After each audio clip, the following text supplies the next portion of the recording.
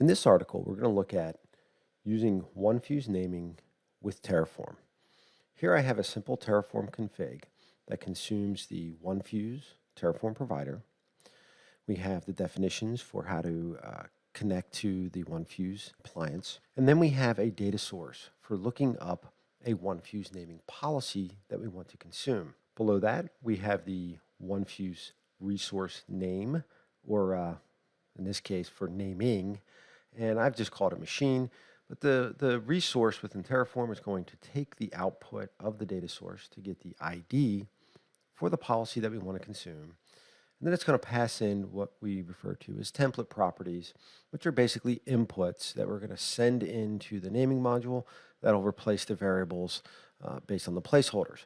All of this will be outlined in the article. And simply outputting the generated name from OneFuse. The first thing we need to do is initialize the Terraform provider. Here we can see it downloaded the latest version of the OneFuse provider, which is 1.20.0. Once we've done that, we can go ahead and run a Terraform plan. The output from the plan will show us a number of different things, including what we'll know after apply. We can see the template properties that I passed in for my request, which I defined in a TFRs file. Next, we can go ahead and run a Terraform apply.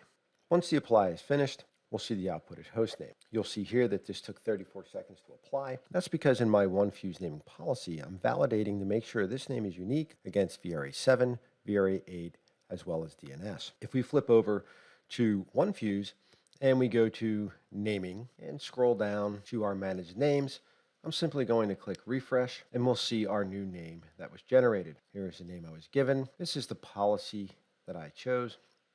And if we look at the job, we can see the template properties that I passed in as part of my request, and we can see the output that was generated. When we're ready and no longer need our name, we can simply run a Terraform destroy.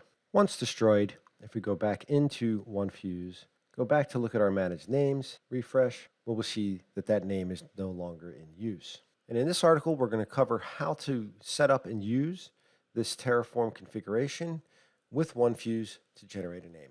Thank you for watching.